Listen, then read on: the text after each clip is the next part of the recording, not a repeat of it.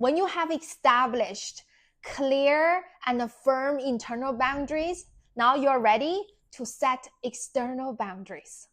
Welcome to the Daily Power Lesson, your daily dose of nervous system regulation, emotional mastery, and embodied self-leadership, so you can live with more peace, joy, and fulfillment. My name is Coco Duan, executive life and a leadership coach. Setting external boundaries is to communicate your boundaries to others around you. This process is not about changing others. It's about protecting yourself, protecting your time, energy, and values. And it's about getting your needs fulfilled. So it's not selfish and it's strategic.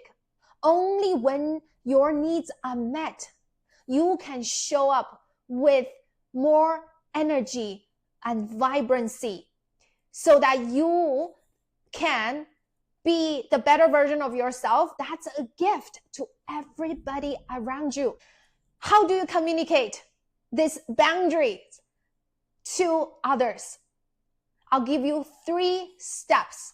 The first step is to ground yourself in this boundary.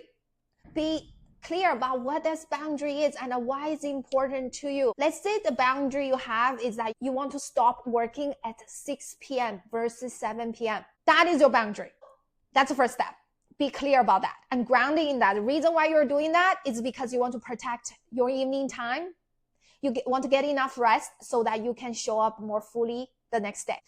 Second step is to communicate this boundary clearly and use I phrase.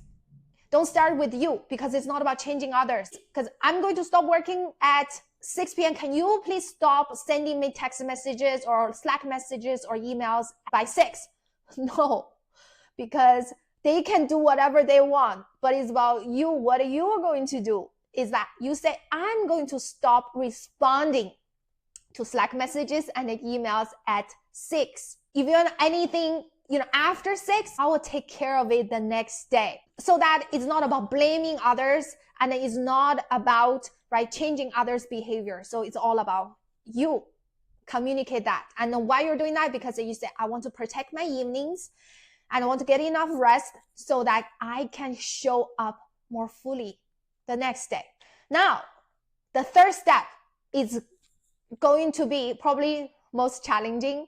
Uphold your boundary when someone else violates it, because people have benefited from you not having a boundary before. And you are available at all hours so that it's convenient for them. This boundary causes inconvenience for them. So they're going to push back.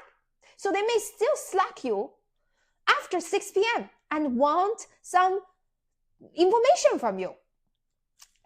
You, in that moment, you cannot give in to this old nervous system neural pathway, which is people pleasing, right? Just you don't want to disappoint others, you don't want to upset others, and you respond. No.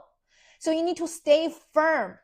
You either do not respond, or if you respond, you're going to say, as I mentioned, I stopped working at 6 p.m.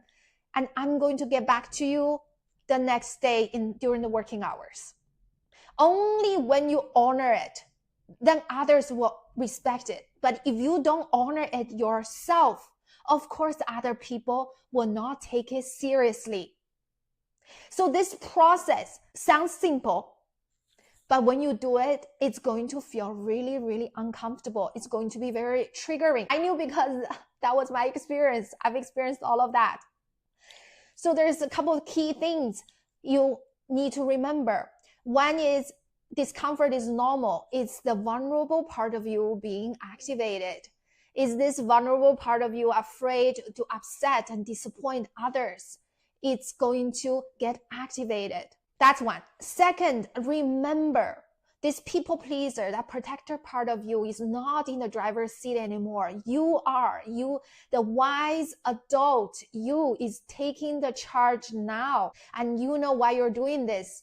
You're not doing this because you're a jerk. You're not doing this because you are inconsiderate. No, you're doing this actually is being responsible, because when you show up as a better version of you, it's a gift to everybody. So ground yourself in this wise adult version of you. You're doing that. It's good for your well-being and good for everybody around you. Have the wise adult taking the driver's seat.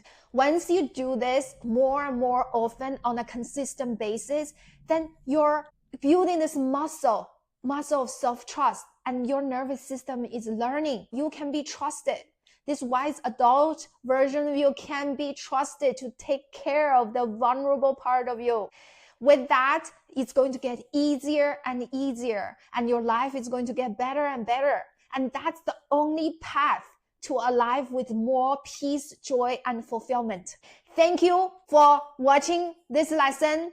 Remember to follow me, and I'll see you in the next lesson.